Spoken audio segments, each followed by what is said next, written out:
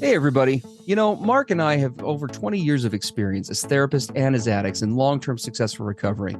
We know better than anyone what works and what doesn't to break out of porn and sex addiction, heal betrayal trauma, and reclaim your relationship. And we've poured all of our personal and professional recovery and healing experience into a first-of-its-kind program for addicts, spouses, and couples. We call it Dare to Connect. At least 4 times every week, we engage with you in real time, in the trenches, giving you the knowledge and the tools to take back your life and relationship. Whatever else you've done on your journey for healing and recovery, you've never done anything like this. Mark and I, we've made all the mistakes, so you don't have to. Don't reinvent the wheel. We all know tomorrow never comes. Look, don't wait one more day to change. Claim your free 2-week trial today at daretoconnectnow.com.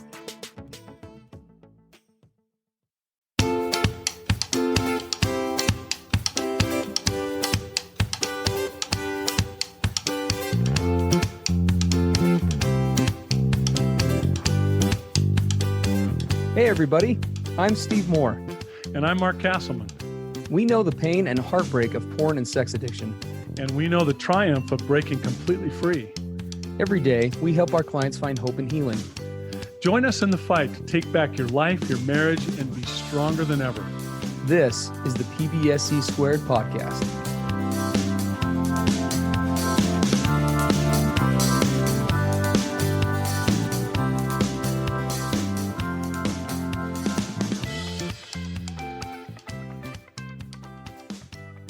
Hey, everybody, Mark and Steve on the PBSE podcast. We have a unique little podcast today because Steve is in a horrible, terrible, just torturous environment known as the Hawaiian Islands. Yeah, I'm roughing it. He's roughing it. He's roughing it today. But we have because of where he's at, we have actually a really cool analogy that applies to addiction and betrayal trauma and the recovery and healing processes. And so we're going to let Steve take the mic here for a minute and talk about this really awesome analogy based on where he's at right now. Yeah, thanks, Mark. This is how Steve's brain tends to work. I am a big analogy guy. I use it a lot in my practice and with clients. And I am actually right now on the island of Hilo.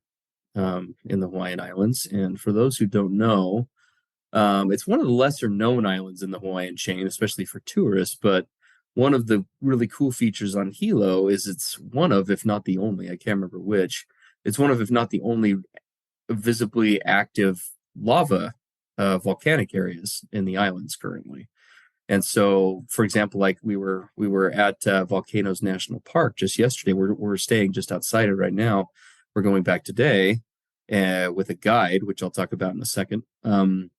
But we are, we're out here, and in the last 50 years, I think I read that I believe it's 500 or 550 acres of new Hawaii has been created in the last 50 years because the island is growing, right? It just keeps pouring into the ocean and expanding. So anyway, it's really kind of a fascinating experience. And for those who have never been to Volcanoes National Park, the whole area is kind of part of a bigger active volcano. And there are lots, everywhere you go, there are restrictions that keep you safe. In fact, there used to be 30 miles of road that went around the park on the one side that you used to be able to take. The road has been blocked off since at least 2008 when the last eruption happened, where it was deemed unsafe, and you can only travel 2 miles of that 30-mile stretch of road now. Because there was a major eruption back in 2007, 2008. And so guardrails everywhere, but there are these areas as you go around the rim of the caldera, I guess you could say, right? The rim of the volcano, where there are, again, heavy guardrails and things, but steam is just coming out of the ground. In many cases, there's not even an opening. It's just coming like out of the dirt, right? It's a highly active area and is extremely dangerous because for those who've never seen it before, and the area that we're in is safe, although there are some other areas that are a little less unsafe and get increasingly treacherous as you get closer. And one of the main risks, the main dangers, right, is that the lava flows, the lava tubes are operating underneath the ground. And one, there's the risk of eruption, but the other part that is really that is scary and why they've blocked off so much of the park is that especially in the newer areas, there will be parts of the ground that actually look really stable, right? They look like old lava. It's dark, the crust is hardened, it's whatever. But sometimes, in some cases, even just a few inches below that surface, there's actually active lava flowing, right? Mm-hmm. Just underneath the rock. And right now, although it hasn't been visible physically since March because it kind of oscillates in what you can see and what you can't. Right now, you can't see it. The steam and everything is telling you, right, that the lava is still right there underneath the surface and flowing and bubbling and right continuing to grow the island and things. And so it's a really treacherous environment because, as all of you can probably imagine, falling into lava is a rather permanent predicament, and comes with pretty permanent consequences. It's not the kind of thing you kind of come back from. So yeah. So anyway, a couple of thoughts were coming to me at this park. One are there are these areas again that look very safe, but in many cases are not. I mean, as we were at this guardrail yesterday, the whole time I'm there, there was one half of me was like, this is stupid. Like you're a million miles off from, the really steamy parts and things. You're like, geez, this is like so lame. Like I want to go out there.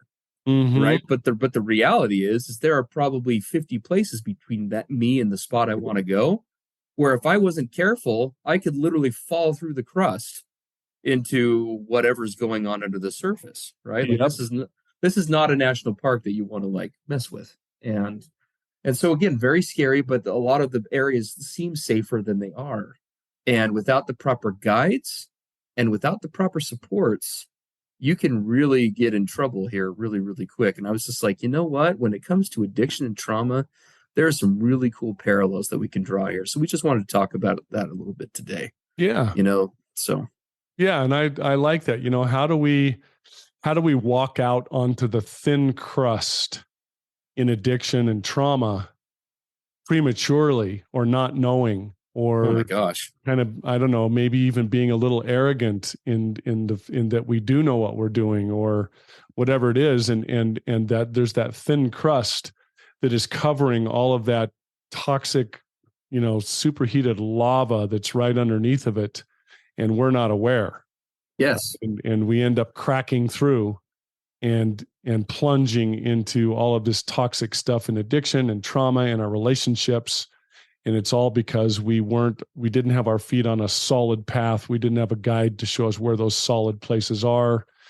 We weren't aware as we should be of all of the toxic, lava going on underneath the surface and the symptoms of addiction and trauma, right? There's so many ways to compare this to what we go through. I mean, let's take one example real quick, right? Just for sake of argument. We'll use ourselves as an example here. Me, the typical addict, right? Steve had his age-old phrase that he used to always use, right? I'm a therapist. I've got this. I can do this alone. Every time my wife would say, hey, we need help, right? Hey, we need to get a therapist. Hey, we need to find a program. Hey, we need to do something different. What would Steve say? Hey, I teach this stuff, lady. I teach this for a living, right? I don't need help, right? Yeah. And as a therapist, that gave me a unique excuse, but take out therapist and fill in that blank. All you addicts listening, I'm a blank or I'm blank, fill in the blank, right? I've got this. How often do we metaphorically, we're standing on the edge of the barrier, right? At Volcanoes National Park. Do we look at our spouse and they're like, dude, don't go beyond that barrier. And we look back and we're like, honey, I've hiked a million times before. It's fine. These guardrails are stupid. These are for everyone else, right? I know what I'm doing here. Or it's way less dangerous than they say. They're just putting that stuff up for liability. No one's going to really get hurt here, right? How often do we do that as addicts? Oh, right? Yeah. I mean, I can think of so many examples of how I did that in addiction, right? So things like I'd have another relapse in acting out, and so I'd start to declare Mark's ultimatums. That's the last time I'm ever going to do that, right? And pound my fist on the desk and shout that I'm going to be perfect and awesome and amazing now. And there I go, running out on the thin crust again, because that's the last time I'm going to break through that crust into the lava. I'm going to walk over here on this part of the crust, and I won't break through into the lava again. Right. I would do that. Or I don't need a guide or a program or solid paths. I'm going to do this just by sheer willpower. I'm going to grit my teeth and clench my fists, and I'm going to do this. So I would do that. Another famous one. Well, I can walk on the solid path some of the time, and I can walk on the thin crust lava places other times. I can have a dual life. I can have my addiction and my outlets, but also have my religious life and my marriage life and my work life and my, fatherhood life. I can do both. Mark can do both. Right. I'd have the dual life thing, or I don't have to pay attention to that. There's lava under that crust. I'm just going to focus on all the symptoms of my addiction. Right. I'm just going to grit my teeth to not look at porn, or make sure that I never, ever, ever, ever drive to the strip club again, or whatever. I don't need to look at all this, peel back the layers crap. Nah, there might be lava under there, but whatever. Right. Those are some of Mark's examples. Totally. Well, and the spouses, do we not do this? Do spouses not do that same thing? Right. I don't want anybody to know that my husband is out there in the lava field. Yes. I don't want to have to share with anyone that I myself am out there with him. And because of maybe a lack of boundaries or my own trauma, or for different reasons, I metaphorically find myself out there. Right. I don't want people to know or to judge me, or, I don't want to. This is his problem. He got us out in this lava field. He needs to get us out. Mm-hmm. Right. He walked us out here. That blankety blank. Right. Like, it's his job to get us out here, and I'm going to wait for him to do it. Yeah. He needs to fix him, and everything will take care of itself. Yes. I mean, there are just so many ways we can draw parallels here, right? Or the other one on this one. I'm going to control him to make sure he never walks out in the thin crust. Hey, you a-hole, get back behind the guardrail here. And I'm going to follow him around, and I'm going to be policewoman and look at his phone and his computer and make sure that he never, ever, ever gets out of line. That's how I'm going to resolve this. Or you know what? I'm going to go out on the thin crust with him, and we're going to crack through, and we're going to swim in the lava together. Right. I'm going to be the most amazing sex partner and sex him up and make sure that he never needs to go to that ever again. Yes. Yeah. I mean, think of all the analogies, and what is that saying? And it's very understandable to go to that place in trauma. I am tired of being in pain. I'm tired of being blindsided. I'm tired of not being enough and being in comparison to all the things he's seeing and the ways he's acting out. I am going to take control of this. I'm going to make sure that I don't feel pain anymore. And so I'm going to do this my way. And that's totally understandable that's a trauma protection place. And so that happens as well. For those who, the souls that have been unjustly and thrown into betrayal trauma of no cause of their own, right? Yes. They go into that place. Well, sometimes the spouse, again, they find themselves, they bought into what their spouse has said, right? I thought this was safe. Oh, yeah. Right? I thought that this was safe. He told me it was safe. I kept saying that, hey, I kept looking at the steam coming out of the ground, and he kept telling me it was something else. Yes. Right. Yep. Right. I was misled. I mean, there's so many. I mean, we have so much empathy for why both an addict or a partner can find themselves in this place. Yeah.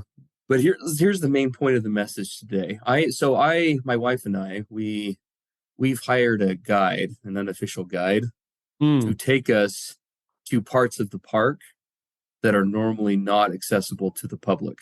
It's costing us a bunch of money. And extra time and a bunch of other things, but it's supposed to be a cool experience we're supposed to be able to go deeper into the park, at least a little bit, than the typical person can, because two things: they know where the right supports are, and two, we have a guide who's been there a million times before, right? Who was taking us right to these select areas that the average person may not be able to go. And I've, again, been thinking kind of in these analogy terms, and I've thought, I remember, I'll be honest with you, I tend to be a little bit of a risk taker sometimes, as does my wife. And before I'd seen pictures of Hilo before. Like we looked into this, we researched it before we came, and we signed up for this guide. But you know what? I remember telling my wife, it's going to be $300 total for both of us for someone to take us on a hike. Are you kidding me? We're going to spend, because that's what it's costing us, $300 for a hike. And I'm like, Yeah. I'm going to pay someone to take me on a hike? Yeah, Like, we could just do this ourselves. yeah, absolutely. Well, let me tell you, we were at Volcanoes National Park all day yesterday. And it's one thing to see it on YouTube and be like, oh, that's no big deal. That's like Yellowstone. Like I've been there before. And it's another thing to get here with your camera and you're standing in front of these vents. And even though that steam is coming from 30 feet down below, it's 65 degrees up here on the mountain. It's fairly cool here at this part of Hawaii. And it's like 90 degrees when you're standing in the steam. You get a whole different idea of what's going on underneath the surface. And you're like, $300 actually sounds pretty reasonable. Yeah, to get a guide. Yeah. This is sort of terrifying. Mm-hmm. And I thought to myself, you know what? Again, how good of an analogy is that? Because I remember as a therapist, when my wife said, hey, we need to go to therapy. Again, what was my response? Are you kidding me? We're going to go pay someone to do what I do already? Like, that's crazy. Yeah. Right? Yep. I don't need to do that. But the reality is that Steve could help other people get better. And I was helping other people get better, and they were getting better. But who did the Steve program not work for? Steve. Because Steve was trying to apply Steve addict logic and make exceptions for himself and all sorts of things in the Steve program that he wasn't with the people he was working with. He couldn't see it at the time, but he was not able to take himself on the journey, and definitely not his wife, right? Yep. And so what did I have to do? We got to a point where my wife and we got out there so far in the field that we found ourselves literally surrounded by steam vents and lava actually flowing on the surface.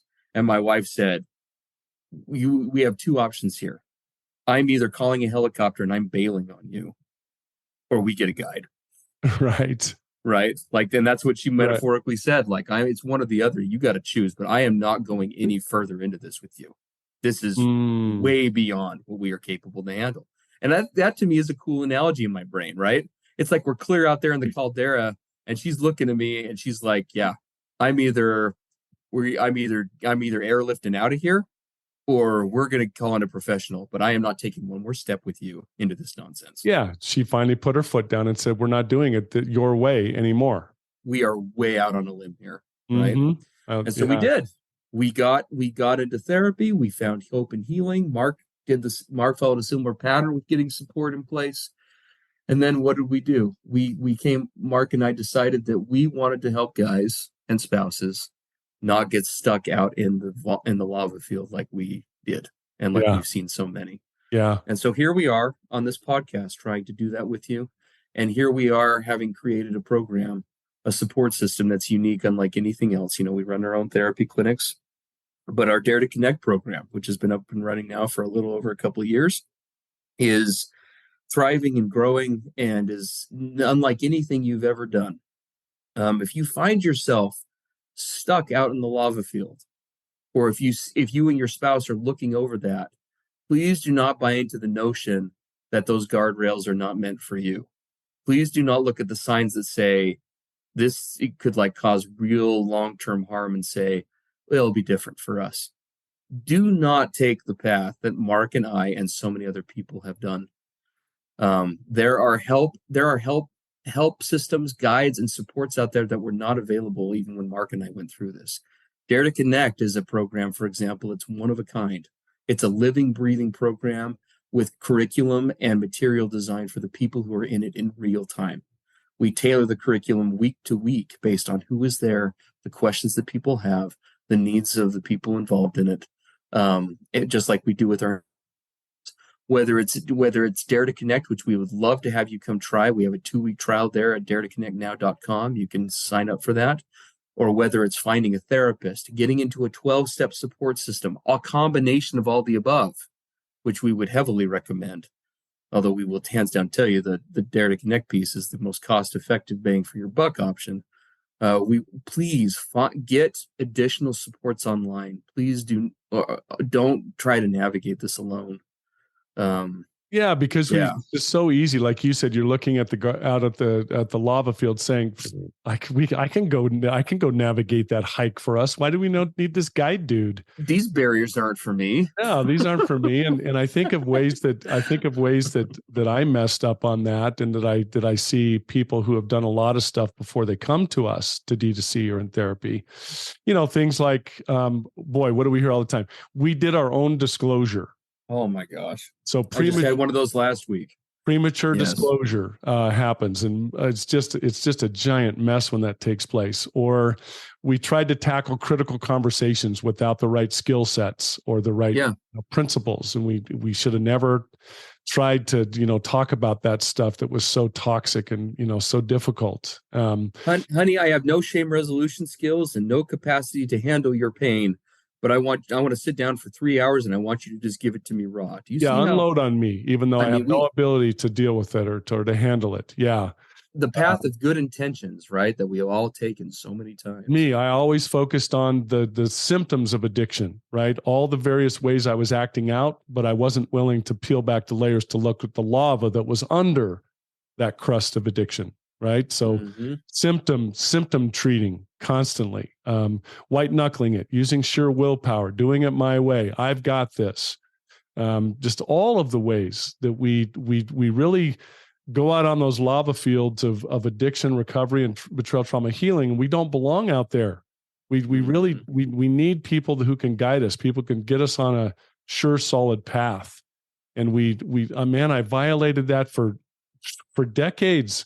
Till I was like, I am sick and tired. I just went down into the lava again. And now I'm, quote, emotionally, spiritually, mentally fried from having taken another dip in the lava. I think I'm finally ready to do this a different way. Right. I started to recognize what were my true skill levels or the lack thereof. Right. What can my relationship with myself and with my spouse realistically tolerate right now? What little baby steps can we take, and what is too far, right? What is territory where we have no business being here right now, right? Just all of being able to get into the place where that is healthy, and there's a perspective and there's a timing to it, right? Starting out slow and building up, building skills over time, getting consistent. So much of that. Absolutely. So I love that analogy that you're using from Hilo, where you're at right now. It so applies to what we see. Guys, we really do love and care about you. We know that you're all engaged in a really epic struggle. And as we wrap up here, we do have an assignment for you, and that would be to sit down and begin having with yourself first, but then with your spouse as you're able to. Start taking a realistic stock of where are we at, right? What can we tolerate? Again, that's oftentimes where the healthy changes really begin to accentuate. My wife and I, we made little steps of progress until that day where metaphorically she said, I'm not taking one more step out here with you. It's too dangerous. It's too unsafe. And literally, I have been burned too many times, right? We are not prepared. We are not equipped to navigate this by ourselves. Right. And figuring out where those limits, where that realistically is for you. Ask yourself, are you finding success where you're at? Do you need additional support from what you have? Right. Everyone's at a different place. And whether it's, Dare to Connect is a program designed to meet you anywhere you need with that. But there are many other resources. Again, therapy, support, 12-step support groups, which we push heavily with clients. The fact that you're listening to this podcast right now is an element, right? But it's all about being realistic with yourself of what that looks like. And so that's the assignment, is to do take that journaling skill set we talk about all the time and just have a conversation with yourself. And then as it's appropriate and safe, open up that dialogue with your partner, get real with, are we properly equipped for what we're doing, right? Do we have the right gear in place? Do we have the right guides in place? Do we have the support system in place to navigate this? Or are we setting ourselves up for more hurt, more relapses, more trauma, more of the same? Yeah. So, yeah, I love it. Well, thanks for being with us here, everybody. Thanks, Steve, for joining us from such an exotic location. Always, you guys are worth it. And we hope you guys have a great rest of your day, and we will pick things back up in our next episode. Take care, everybody. Everything expressed on the PBSC podcast are the opinions of the hosts and the participants and is for informational and educational purposes only. This podcast should not be considered mental health therapy or as a substitute thereof. It is strongly recommended that you seek out the clinical guidance of an individual qualified mental health professional. If you're experiencing thoughts of suicide, self-harm, or a desire to harm others, please dial 911 or go to your nearest emergency room.